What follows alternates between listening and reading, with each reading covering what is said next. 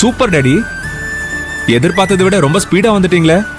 செம்ம செம்ம ஃபன்னு மூடு தான். சரி, இந்த ஊர்ல எங்க தங்க போறோம்? இங்க லோக்கல்ல முருகானந்த கிட்ட சொல்லி வீடு அரேஞ்ச் பண்ண சொல்லியிருக்கேன். இதெல்லாம் எப்ப ஏற்பாடு பண்ணீங்க? அதெல்லாம் சென்னையில இருக்கும்போதே அரேஞ்ச் பண்ண சொல்லிட்டேன்.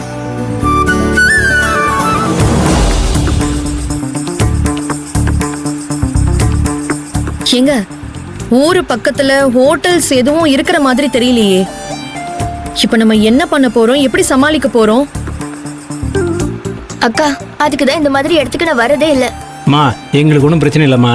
நானும் மாப்பிளையும் அப்படியே கோயில் திண்ணையில் துண்டு விரிச்சு அங்கேயே ஓரமாக படுத்துக்கோம்மா. உங்களெல்லாம் நினைச்சதான் எனக்கு ரொம்ப பாவமா இருக்குமா.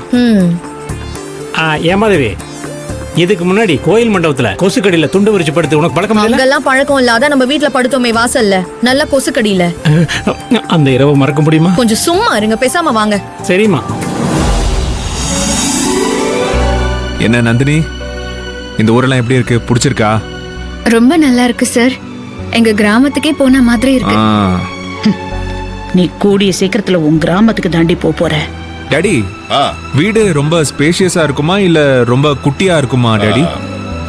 இல்லடா, அது ஒரு பெரிய பங்களாவோ. ஓ. இந்த ஏரியா சேர்மன் பங்களான்னு சொல்றாங்க.